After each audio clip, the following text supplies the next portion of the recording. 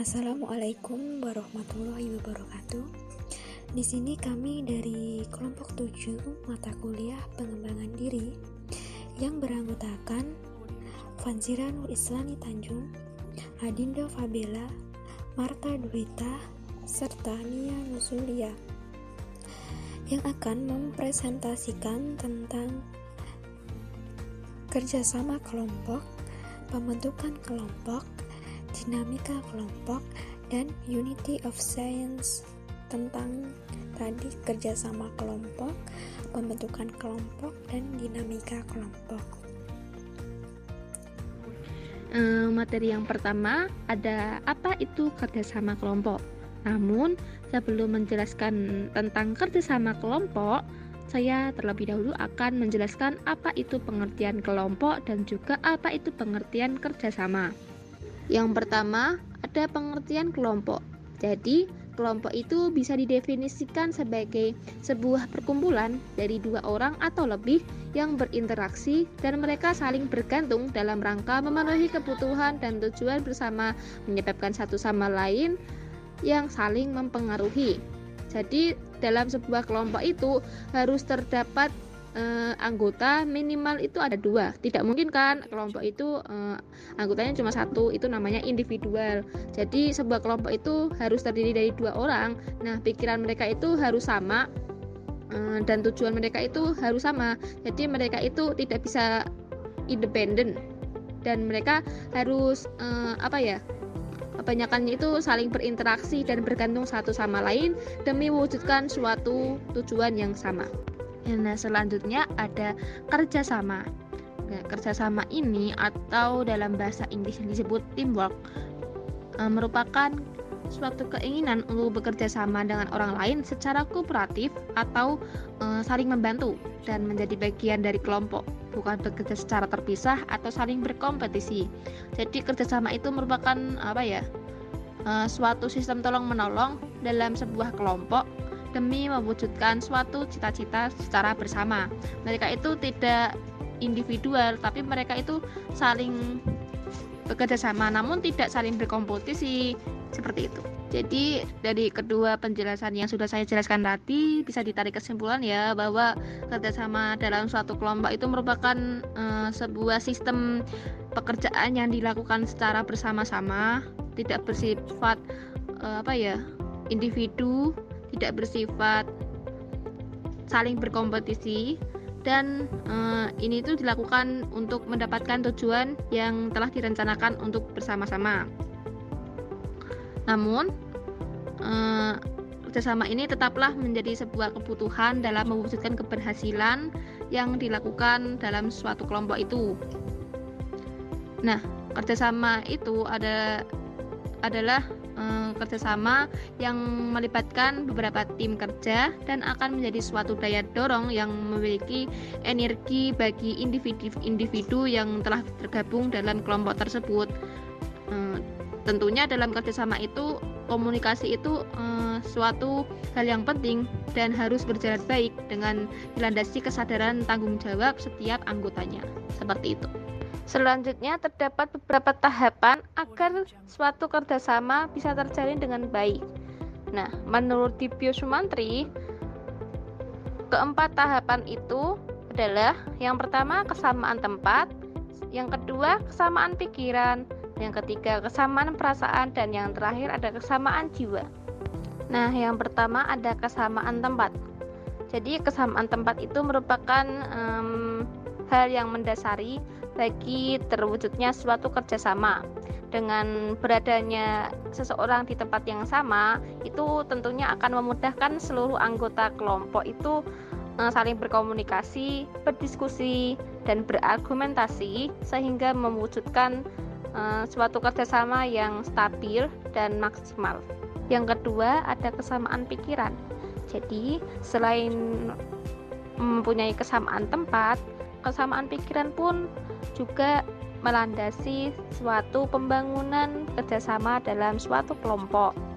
Nah, jika seluruh anggota itu mempunyai pemikiran yang sama, mereka otomatis mempunyai sudut pandang atau konsep pemikiran yang sama untuk mencari solusi atau bahkan memecahkan masalah yang sedang terjadi dalam organisasi, meskipun mereka itu tidak berada di tempat yang sama. Yang ketiga, ada kesamaan perasaan. Nah, dalam suatu kelompok atau organisasi, seseorang itu tidak perlu selalu berpikir yang monoton karena pemikiran tersebut sudah diwakili oleh data perusahaan. Lalu, seharusnya itu seseorang itu harus menggunakan perasaan untuk menyelesaikan masalah yang ada.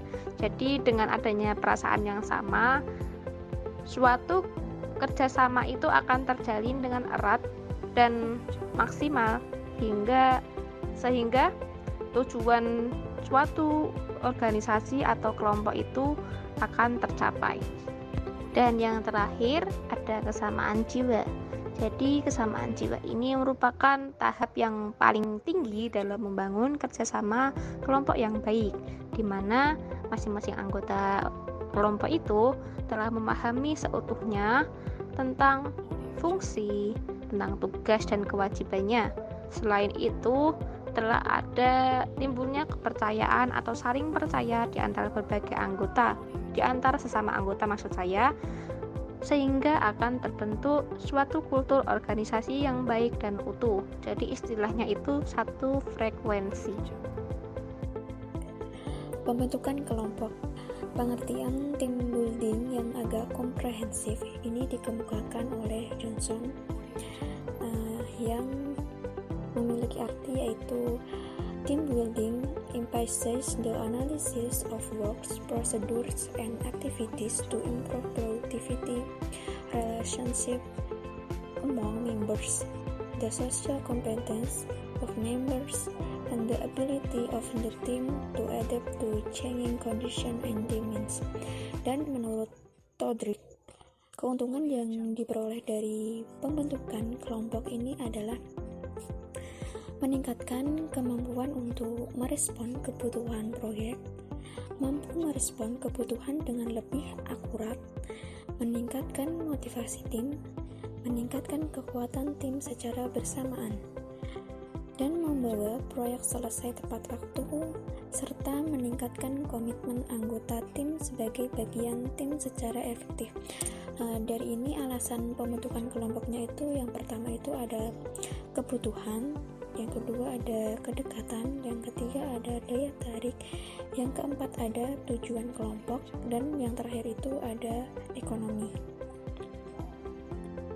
Selanjutnya, menurut Tuchman, dalam menggambarkan tahap-tahap perkembangan kelompok, mengidentifikasikan 4 tahap yang berbeda dalam perkembangan kelompok. Tuchman juga menyarankan agar kelompok-kelompok yang diperlukan bergerak melalui dan mengalami semua 4 tahap untuk memaksimalkan potensi untuk pengalaman kelompok yang sukses.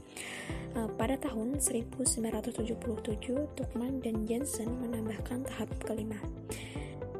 Yang pertama itu ada forming atau pembentukan, di mana individu-individu membentuk diri menjadi kelompok-kelompok. Storming ini yang dimaksud itu adalah di mana tiap anggota berdebat dan memutuskan masalah kelompok seperti kepemimpinan, arah, metode, dan lain-lain. Selanjutnya itu ada norma atau norming. Ini itu yang dimaksud itu adalah anggota menetapkan aturan-aturan dasar untuk beroperasi sebagai sebuah kelompok. Selanjutnya itu ada performing, yang artinya melakukan. Jadi di sini tuh kelompok harus menjadi kohesif dan efektif. Selanjutnya itu ada adjourning. Di sini itu memiliki arti tugas atau pekerjaan berakhir sebagai tujuan kelompok telah selesai dan terjadi pembubaran diri pada kelompok tersebut. Selanjutnya, saya akan menjelaskan mengenai dinamika kelompok. Nah, dalam mempelajari kelompok, maka tidak akan lepas dari dinamika kelompok. Kata dinamika ini berasal dari kata dinamik, atau berasal dari bahasa Yunani yang bermakna kekuatan. Kemudian dijelaskan juga oleh Slamet Santoso bahwa dinamika berarti tingkah laku warga yang satu secara langsung mempengaruhi warga yang lain secara timbal balik. Nah, dinamika ini berarti adanya interaksi dan interdependensi antara anggota kelompok yang satu dengan anggota kelompok secara keseluruhan.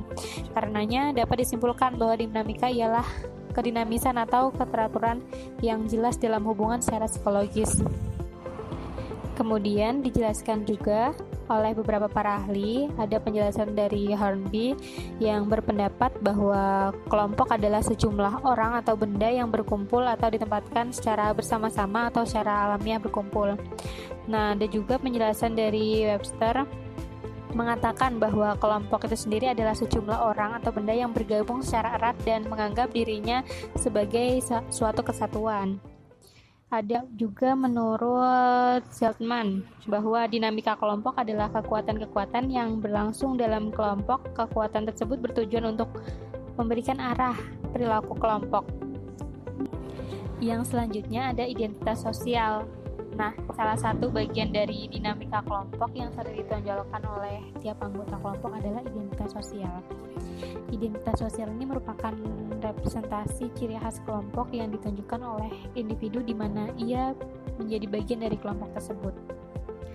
Nah, secara psikologis identitas ini berpengaruh terhadap perilaku anggotanya.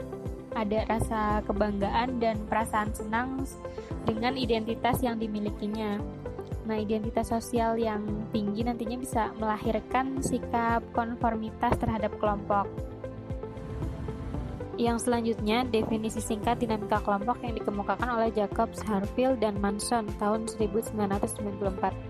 Nah, dinamika kelompok ini merupakan kekuatan yang saling mempengaruhi hubungan timbal balik kelompok dengan interaksi yang terjadi antara anggota kelompok dengan pemimpin yang diberi pengaruh kuat pada perkembangan kelompok itu sendiri. Kemudian pada hakikatnya dinamika kelompok ini mencakup proses dan perasaan kelompok, karenanya lebih bersifat deskriptif, tidak ada yang baik ataupun yang buruk. Nah, dalam tatanan keorganisasian juga banyak menggunakan pendekatan-pendekatan dinamika kelompok untuk proses pelaksanaan dan pencapaian tujuan kelompok tersebut. Baik, selanjutnya United of Science dari materi yang sedang kita bahas, yaitu kerjasama kelompok. Di sini Allah Subhanahu wa Ta'ala di dalam Al-Quran berfirman, Bismillahirrahmanirrahim. Wa ta'awanu 'alal birri wat taqwa wa la ta'awanu 'alal ismi wal 'udwan. Yang artinya, dan tolong menolonglah kamu dalam mengerjakan kebaikan dan takwa, dan jangan tolong menolong dalam berbuat dosa dan pelanggaran. Al-Quran Surat Al-Ma'idah ayat 2. Jadi seperti yang kita tahu, bahwa di setiap lapisan masyarakat ini masih terdapat orang-orang yang fakir dan miskin, yaitu orang-orang yang tidak memiliki kemampuan bekerja dan pendapatannya tidak cukup untuk memenuhi kebutuhan mereka. Jadi dengan memperhatikan dari sudut pandang agama Islam, bahwasanya semua manusia adalah makhluk Allah Subhanahu wa Ta'ala, dan semua kekayaan yang ada di bumi ini pada dasarnya juga milik Allah Subhanahu wa Ta'ala. Maka sebagaimana kita diciptakan sebagai makhluk sosial, hendaknya kita saling membantu, bekerja sama untuk menolong orang-orang yang membutuhkan. Nah, dengan hal ini membuktikan betapa pentingnya kerjasama dengan sesama individu di dalam masyarakat. Dan apabila di antara manusia di dalam sebuah masyarakat memiliki semangat kerjasama yang besar, maka hal itu dapat menjadi modal dalam kemajuan materi dan juga spiritual, dikarenakan kerjasama dan saling tolong-menolong adalah sarana yang tepat untuk kemajuan dan perkembangan semua sisi masyarakat. Sekian materi yang kami sampaikan tentang kerjasama, pembentukan, dan dinamika kelompok, serta Unity of Science about kerjasama tadi, pembentukan, dan dinamika kelompok. Terima kasih. Wassalamualaikum warahmatullahi wabarakatuh.